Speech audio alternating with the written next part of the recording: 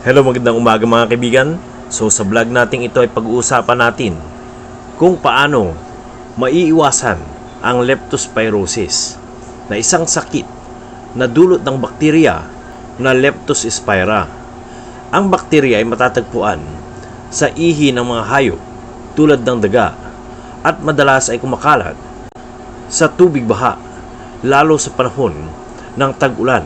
Una, iwasan natin ang paglangoy, paglusong o pagtampisaw sa baha dahil maaaring kontaminado ito ng ihi ng daga. Kung hindi talaga maiwasan ang paglusong sa baha, siguraduhing magsuot ng proteksyon gaya ng kapote, bota at guwantes upang maiwasan ang direktang kontak sa maruming tubig. Pangalawa, panatilihing malinis ang paligid natin. Siguraduhin walang basura na nakakalat na pwedeng pamahayan ng mga daga. Wastong pagtatapon ng basura at pagsugpo sa mga daga ay makakatulong ng malaki. Ikatlo, kung may sugat ang balat, takpan ito ng waterproof dressing upang hindi makapasok ang bakterya. Matapos makalusong sa baha, ay maghugas ng maigi gamit ang sabon at malinis na tubig.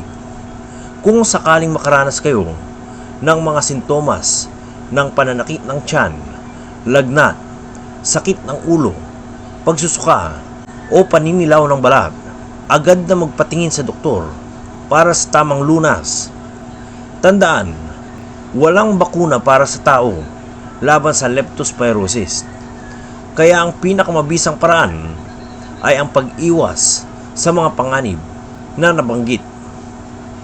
Stay safe mga kaibigan and healthy.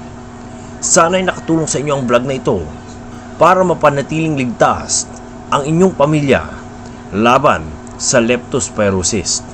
So hanggang dito na mga kaibigan ng ating video. Sana meron kayo natutunan. And as always, have a nice day, everyone.